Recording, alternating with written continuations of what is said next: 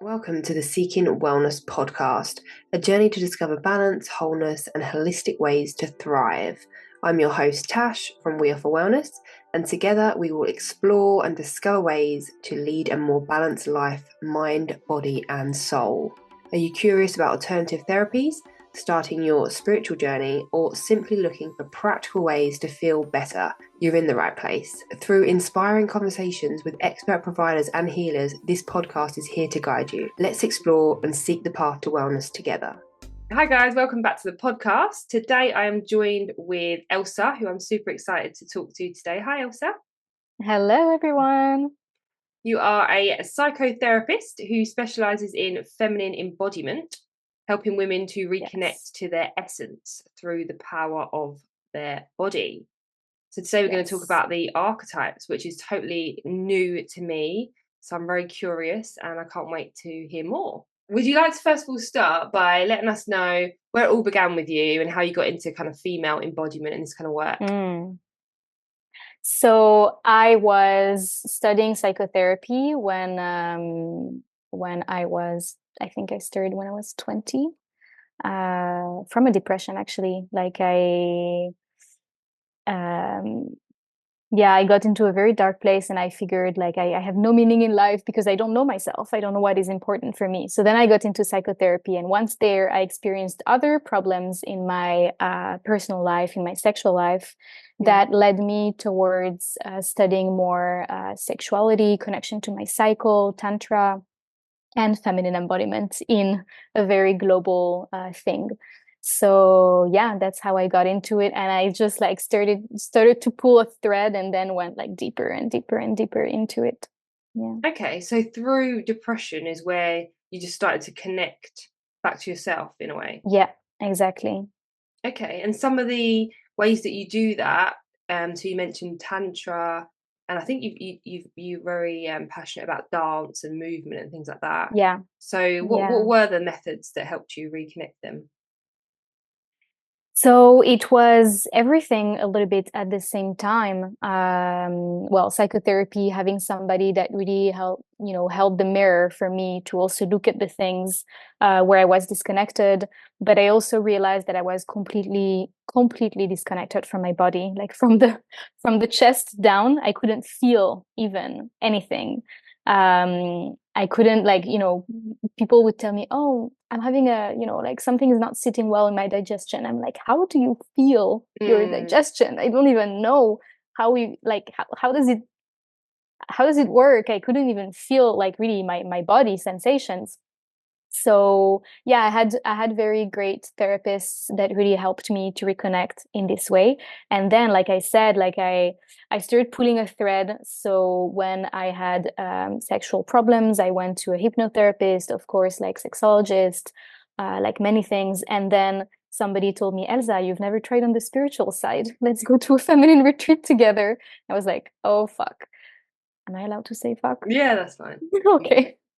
And so we went to this Tantra and Tao retreat, and I cried a lot. I cried a lot. And I realized I want to be this woman. I want to be the teacher who teaches women all of these tools. So in all of the tools, yes, you have movement, but you also have meditation, you have visualization, you have sharings, kind of authentic relating exercises. So it's a very global, very holistic approach. And today, now in my practice, I also mix it with the menstrual cycle teachings and awareness, because I feel that for a woman to truly reconnect to her body, sometimes some women are so disconnected, it needs to come from the head. It needs to come from the head down. So understanding how you work, to have more compassion, to slowly start letting your guard down and tap into more the body sensations. So understanding first and then actually experiencing it from the body. Yeah. So yeah, teachings about the menstrual cycle, dance, and then all kinds of sessions and tools also around natural gynecology and things like that. Yeah, it's all really exciting and really important as well. So let's talk a little bit about the archetypes. So from my understanding, there's loads, but I don't really know much about it. Yeah. So yeah, what ones do you like to work with and what even is an archetype? So I'll start with that. What is an archetype? I don't remember in which book I read that, but I'm just going to repeat it. But it's not from me, it's from like somebody else.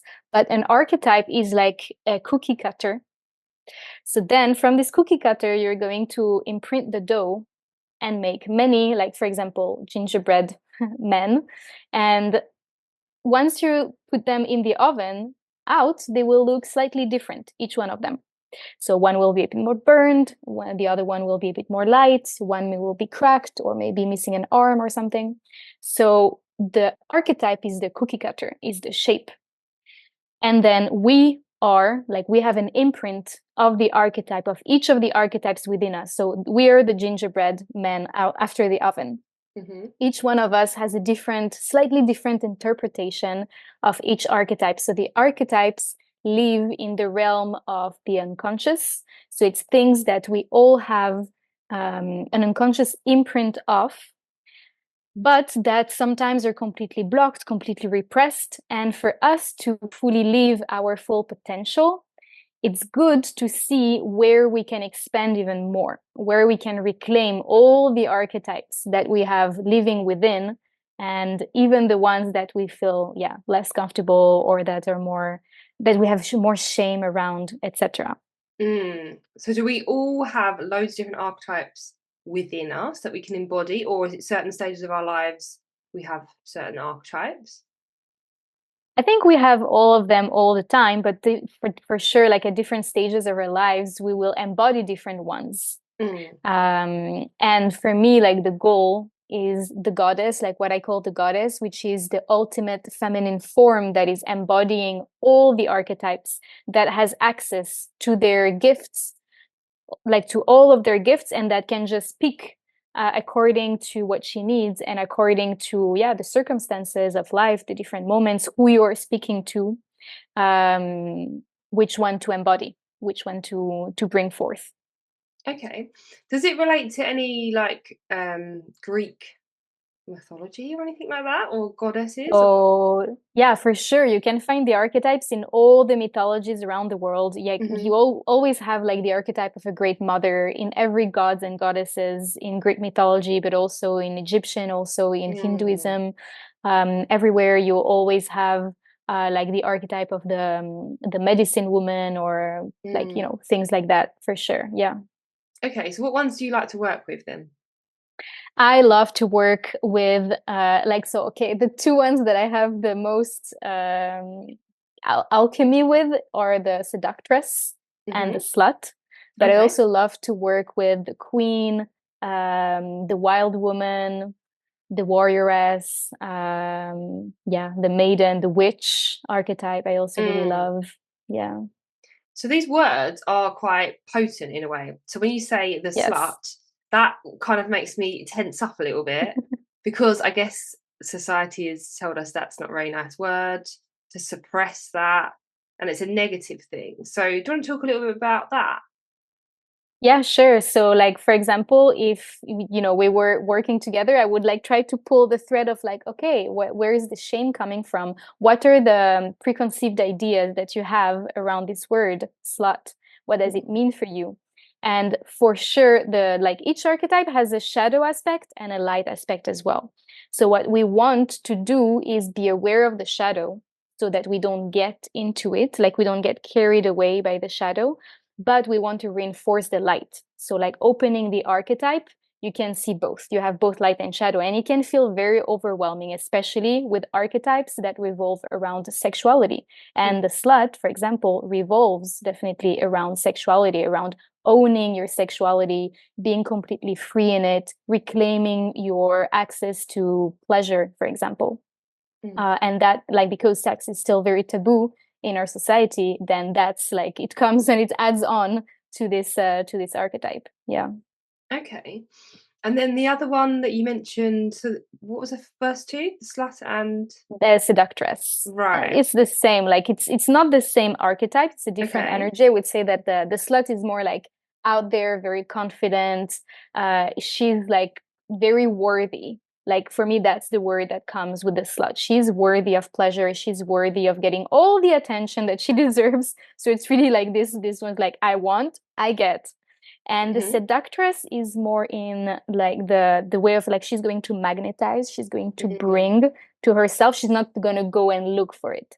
And one of the shadows of the seductress can be manipulation, for example. So we want to see this clearly and be able to be this magnetic woman who is also very confident, who is very sensual, very like it's a lot of softness also in the seductress, but not use the shadow side that is manipulation for your own ego, for example.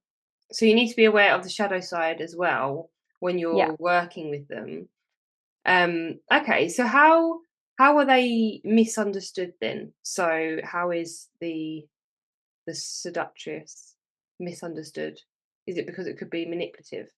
Yes, I think that there is also a lot of shame on a woman just pulling the strings. Like it's actually a lot of mistrust. Is that the word in English, mistrust? Yeah. Between men and women, like from men to women, is women being manipulative to get what they want, you know, to push their agenda. So I think that this is a big shadow, especially relating between men and women, to have in mind, and to like manipulation in itself is not bad. It depends where it comes from, because you know, like you manipulate to get things that you want, but if it's like at the expense of somebody else, or like to play with somebody else, that's a shadow, especially if you're not conscious of it. If you are using it to like to flirt, to attract, because you want the thing that you are playing with, like that you are magnetizing, then I would say that it's not so like in the shadow. You're doing it, using it consciously and for your good, because you actually want the thing in front. Okay. And then some of the other ones you said were like the wild women. So The what is wild that? How do women. you embody that? What does that look like? So the wild woman for me is the one who is really connected to nature fully. So especially living in the cities, we are so cut off from the wild woman, from, you know, so I live in Thailand, right? I live on an island. The waterfalls are very close to my place. The jungle is very close to my place. And Okay, since I rub it came here, in. Rub it all sorry, in. but like I realized that since I moved here, I rewilded. That's a term that is like actually quite trendy, like rewilding. Yeah. So I rewilded, and I even noticed my posture, my balance on my feet, because I'm a dancer, right? So I saw my balance completely change since I am actually spending more time in nature, feet on the ground, walking on the rocks, walking in the jungle between the roots, etc. So the wild woman is really this, is like reconnecting to this instinct, to her body on a very like physical level, to her balance. Balance is also like your balance in life. And for me, it's like, yeah, it connects to the animals. Cats always find balance. You throw them in the air, they land Yeah. on their paws. So for me, it's like this connection to your inner animal, and that in life can be the one that sets boundaries. Because when you feel something is not right for you, the wild woman will say it. There is no people pleaser in this archetype. Like people pleaser doesn't exist outside of the cities and communities. The wild woman is one with nature, with the animals, with her animal within herself. And so she has this power to stand her ground, to defend herself if needed. And she has, this really like gut instinct of what is right, what is wrong, what she wants. So it's also a great remedy for women who are completely lost in life, who are very indecisive, who don't know what they want, who don't know how to connect to themselves. Yeah, so I was going to say, how can you use these in real terms then? So is it that you would try to embody those qualities that stand out the most? How would you do it?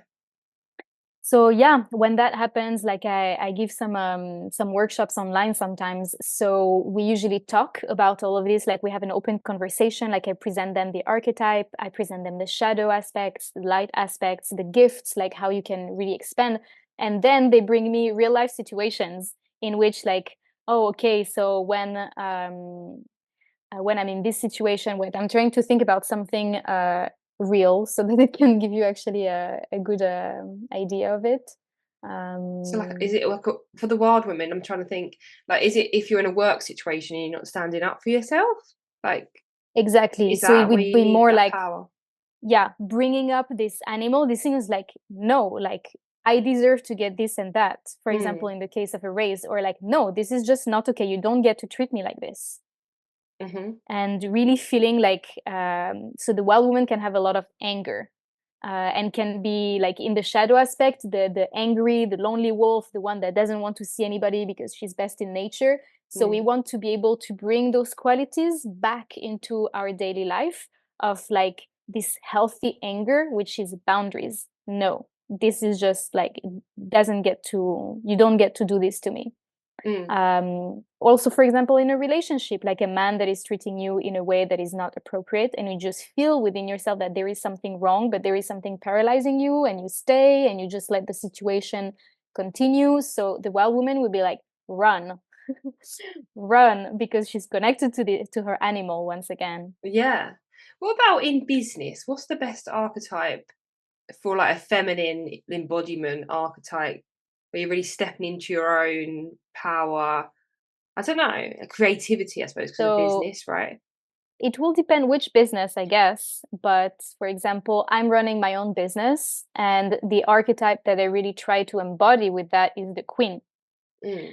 Because the queen is the ruler of her community, of her queendom. So Mm. she's really there in service to her community, in service to the people. So she is the leader, she is the head, but she's not here for herself. She is there in a role of giving guidance, giving, seeing the big vision. So she has probably the big vision of where she wants to take her business, where she wants to take her people, her community, and then she applies that. And people can trust her because she is a good queen and she doesn't do it for her own ego. One of the shadows of the queen is the tyrant. So doing it Right. for yourself, doing it to get the credit, doing it to feel better about yourself. So a real queen for me will be in service. Okay. So yeah, that's the one that I personally try to apply on myself. Then you would have some, you talked about creativity, some archetypes that are more Mm. creative, or for example, the maiden, I would say. So like the very young girl that's like everything is possible, like she, her innocence hasn't been broken by the world yet, by the darkness or the heaviness of the world yet. So all of her creativity is overflowing. So that can be amazing in a creative team in a company, for example, because like so many Mm. ideas are coming, and there is a very free way of expressing and like, yeah, just like blurting out ideas. Mm. Is there like there's a mother archetype as well? Yeah, for sure. What Yeah. is that called, the mother or something else? I think it's something else.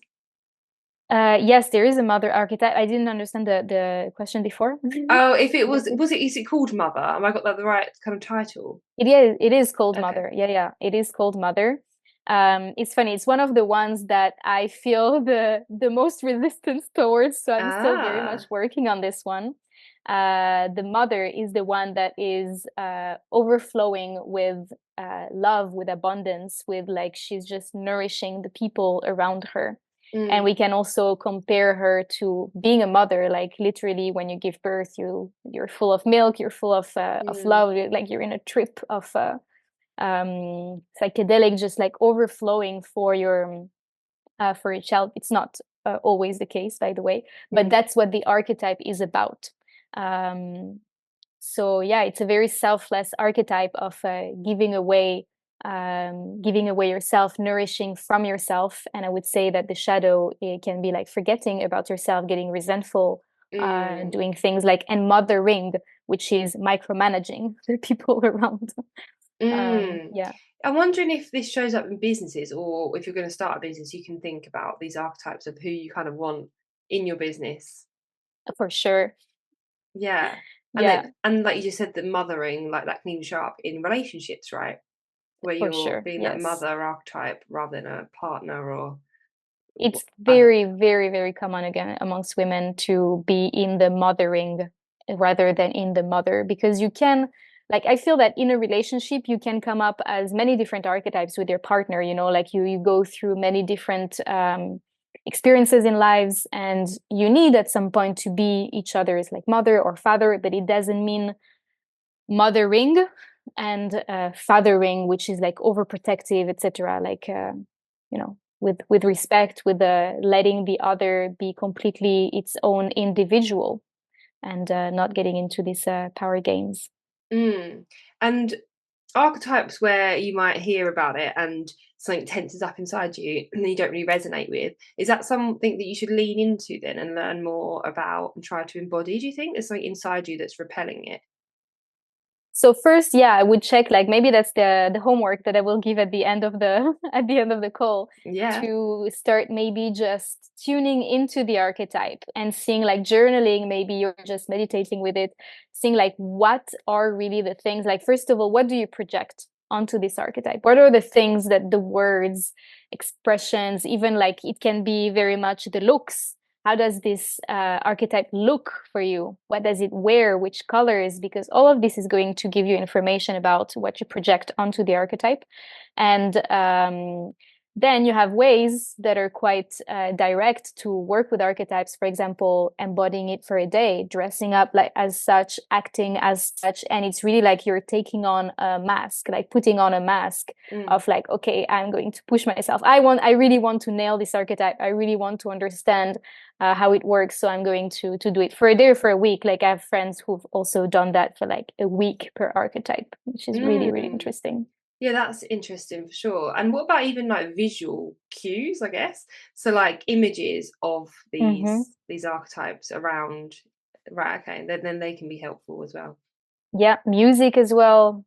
I have I have a BH Power Shot playlist, which is that's my slut playlist. It Oh, just puts me in the PH, energy. what did you call it? BH Power Shot. Oh, I think you called it PH. Oh yeah, exactly. So yeah, music is really powerful. So that Yeah, can definitely change your state and the energy. All right. exactly. I know you mentioned the witch as well, and that is Yeah. something I'm drawn to. I like that.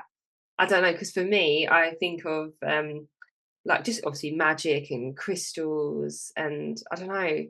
I'm at like sage in your house. I don't know. I like witchy, taboo kind of things like that. Mm-hmm. So is that, have I got the right thread there?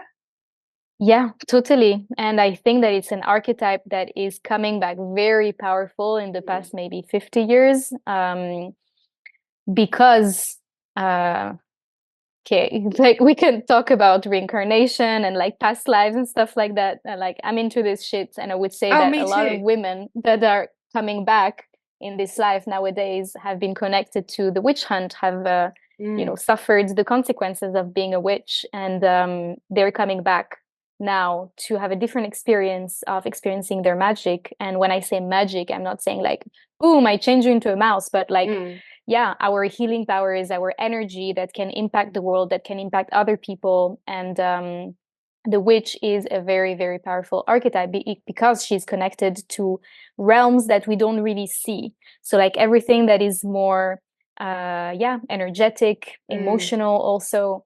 And she draws her power, like she's also very connected to nature, like you said, crystals and sage. So she knows, first of all, the witch has a lot of knowledge. She knows about herself, her cycle, her energy. She mm, knows about nature, which herbs to use, when, for what. Same for crystals, about frequencies. So she's very in tuned, and these women held a lot of power in the face of science and in the face of the church. So that was what really kicked the witch hunt. It was mm, actually doctors starting to come out of universities and stuff and saying like, no, we don't want healers in the villages anymore. We want doctors. So they started to like shame women and shame them for this knowledge, and said that it didn't have any scientific proof. And it's still the case, like until today. Like there is still this paradox, like between science and between the knowing, like the healing knowing, the thing, like the instinct once again, and also knowledge that has been passed down from woman to woman. So the witch has a lot of knowledge, so she has a lot of power, and mm, that is scary. And once again, the she can be two sides. She can be the light, which is like the white witch. She can be the dark witch, using things for her own good, for power, for money, working with entities that sometimes she doesn't even know how to handle, and things can backfire. So yeah. Yeah. And that reminds me as well, I don't know if it connects with your menstrual cycle, so the moon. So I see the witch as like connected with the moon, potentially when it's the full moon, ovulating, when it's the new moon, bleeding, and kind of Yeah. going in introspect during that time. So I see it as that as well. But yeah, the paradigm is shifting a little bit. Like you said, it's re-emerging. It's more, I don't know, I suppose it's more, is it faddy as well? Like, I don't know, in What does shops and fatty things. mean? Oh Like a yeah. little fad, It's like like everything's in trendy. yeah, trendy, which is kind of good, I suppose, because it's coming out and it's getting more knowledge. Even though people might say Yeah. it's woo woo or whatever. I think that it's good that it's coming out because it's bringing more spotlight on it. And then I think that the more it's out there, the more women will remember that they all have this archetype living within themselves, and they can Mm, awaken to it. They can awaken this magic within themselves and this power. So I'm not against that, but yeah, there is a lot of, you know, a bit like doing here this and that, and like actually not really embodied practice, or yeah, doing it for the show, doing it for Instagram, and yeah, I see. You've also got, I think, let's have a look. The priest. I'm not going to be able to say it right. the Priestess. priestess. Yeah, Yeah. priestess. So what is that? So the priestess is the one who leads towards spiritual evolution. So she's very, very connected to the realms of the universe, God, whatever you want to call it, transcendental things. And she's the one able to lead people towards more of awakening this within themselves. So, for example, the priestess in her light will hold space for somebody to go through very deep transformational experiences. So yeah, I would say that like we find a lot of priestesses in healers, also in therapists, people who lead tantric ceremonies or other things like that, where the priestess has mastered the energies within her, like in the chakras. Each archetype is also like connected to different chakras, and the priestess is like really the third eye, so she's able to see beyond the illusion of the material world, and beyond the illusion of the what the mind can create as stories. um so yeah, I don't know in business if that is a very useful archetype. For me, it's more people who really aspire for something, for, like even not aspire, but like are longing for spirituality, for something deeper, for understanding yeah, the connections within, like between everything and themselves and the cosmos and within everyone. Yeah. And it's interesting you said about the chakras. So potentially, if someone's trying to work on a certain chakra, they know that that could be improved. They could work with those archetypes that relate. Mm-hmm. Yeah. Okay. Yeah, for example, like the warrioress. So the female of the warrior is connected to the Manipura chakra, which is the third chakra, and it's also fire, anger. A lot of women have repressed anger. So working on this chakra, through working with archetype, but also through working with anger, can really like help you to open up more to this chakra. What's the archetype? The warrioress. Ah, okay, yeah. Right. Because yeah, I always say I never get angry, which means I'm suppressing anger, right? Yeah, it's not that you don't get angry, it's that it's there, but you don't allow yourself to feel it. Yeah. Which So that would be a good one for you to work on. yeah. So embodying the warrior-esque, what would that look like? What would a little task be that you'd give a client for that? Hmm. To go to war, but pick your battles. So going to war, like, so some archetypes overlap, by the way. So the warrioress and the wild woman can overlap Mm. in some things, regarding boundaries, for example. So the wild woman has boundaries because just she's an animal. Like I don't like, and I don't need to force myself. Like you see a cat, if a cat doesn't want to be touched, it's gonna run away. So Yeah. that's more like the wild woman. The warrioress is going to fight for what she knows is hers, and she's going to really like give it all and put her energy, and it's like a young feminine energy, like it's a very solar feminine energy. um but I would say pick your battles, because some women are in the warrioress archetype full on, and even in their relationship, and they can never soften, they can never like let other archetypes take over when they're with their partners, for example. But so an exercise would be to stand up for yourself, to start saying no, for example, just like find ways to say no, which are like small battles, especially if it's like very hard for you. Put yourself in spaces where you push to say no, like where you are invited to say no. So like enter in a shop and say no to the person coming to ask you, oh, can I help you, do you need anything? Just Yeah. like, no, thank you. And Yeah. practice saying that. Like these are like small things that you can do. Yeah, and that is hard. Yeah. Okay. So what, I'm assuming each archetype can kind of teach us something then, and we can learn from and embody what, when we do learn from archetypes, what do we get from it? What are the benefits, and are we just like a better, more rounded person? I don't know, are we more our true self, our true essence? Yeah, I would say exactly that. Like women who are able to reclaim parts of themselves that are shamed, that they don't feel comfortable in.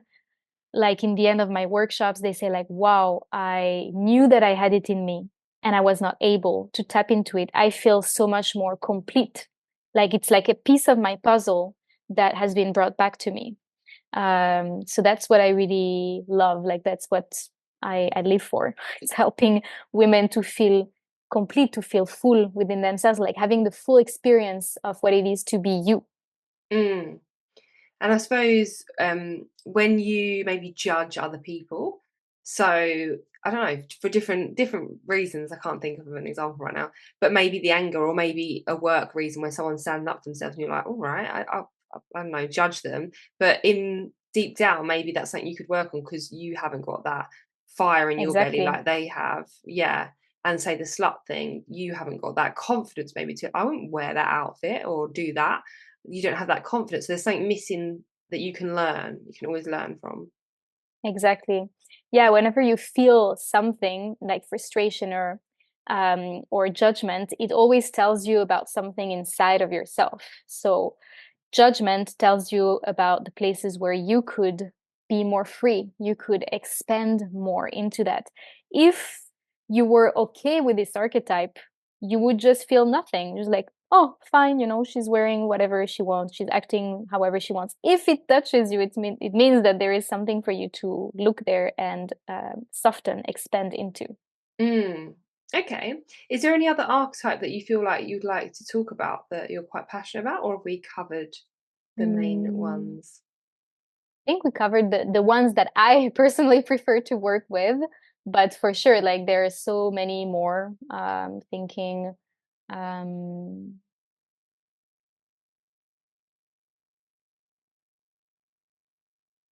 yeah, like there are archetypes that I use especially to introduce the menstrual cycle. So, like I use archetypes like as just an entryway to see where you might be blocked, what you might need to improve, etc. So boundaries, communication, standing up for yourself, feeling free in your sexuality. These are themes that can be brought up through the lens of the archetypes. And I love to bring up the topic of the menstrual cycle through the lens of archetypes, and especially like you talked about menstruation and the new moon, and the archetype that is connected to menstruation is the crone, the old woman. Ah. And it is one that is very underrated, and that people like women are not like don't enjoy to connect to. Is like, I don't want to be old, I don't want to feel like an old woman, but it has so much to teach. And like I really like, yeah, the relationship I have with my menstruation now is so much better than it was like 10 years ago. And I think that I really like each time that I bleed, I open the door to this archetype that is coming to visit me, to the crone, and it's like, okay, I allow myself to be an old woman for 2-3 days, and to also receive all the wisdom that comes from having like lived a life, like fully lived a life. And the intuition, like it's the time of the month, and it's also the archetype that is the most connected, the most human, but still connected to intuition, connecting to like receiving dreams, receiving insights about things that you want to bring into your next month, into your next cycle. So yeah, maybe this one also. Yeah, that's an interesting one, because I know the veil is thinner when you are bleeding Yeah. to The unseen actually the worlds. brain waves have been compared, like are compared to the ones of deep meditation because of GABA, Mm. which is like a hormone, a neurotransmitter that helps your brain to really like go into very deep waves. And so yeah, it's quite amazing what happens during a menstruation. Yeah, so to honour that, like you said, and the wisdom that would come from that, the wisdom of an older person, and maybe even the movement of an older person is slower, not so much more Exactly. rest, which you should Yeah. do during your bleed as well. Yeah. Keep warm, eat foods that are also like Mm. less crunchy, less like your body wants less of that. It wants something that is more soft, more mushy in general. And yeah, moving slower, exactly like you said, hydrating more. Like it's really like all the things that older people need to take care of, Yeah, like it's true, to be isn't it? aware of. Yeah, and the warmth as well, like you said, having like warming foods is quite important, isn't it? Yeah. And helping the blood flow with saying putting a hot water bottle on your belly, so Yeah. warmth. That's really interesting. Cool. Okay. So is there anything that a question or a homework task you might have mentioned earlier that you would like to give the listeners so they can pause, reflect upon what we've discussed? Yeah, sure. So to start by journaling about the archetypes that you maybe have heard in this podcast and that triggered you, like you felt there was something there and that you would like to explore. Don't do it like don't do all of them at the same time, but maybe pick one that you would like to explore and just start writing about it. And Mm. if you want to take it deeper, you can write a letter to this archetype. This is what I think about you. This is my relationship with you. Like I blah blah blah. I judge you for this, for that, blah blah blah. This is what I put onto you. And then, if you're willing, you can also just write the letter back from the archetype to you and kind of channel what this archetype has to tell you, has for you. Like what are the gifts that you could receive from opening up to this archetype. Mm. Yeah, that's really interesting. That's probably a task I need to do as well. But yeah, it's very valuable. I can tell. Which one would you do it on? I think the slut. I think so. That there's something about that word that I just do not like. I need Yeah, to probably unpick. And yeah, probably does relate with confidence and things. But yeah, yeah. very Worthiness. Yeah. yeah, yeah, very interesting. So thank you so much for your time and sharing your knowledge today. Thank you for having me. And please seek out Elsa on We Offer Wellness. You've got some women's health and feminine embodiment offerings on there, so they're very Yes, useful. definitely. Like therapy to really reconnect to all the parts of yourself, all the parts of your feminine, and live a full life, full of yourself. Yeah, so important. Thank you so much. And until next time, keep seeking wellness. Thank you. Bye. Thank you so much for tuning in to today's episode. Visit weofferwellness.co.uk to find lots of wellness experiences along with more resources to help you on your wellness journey.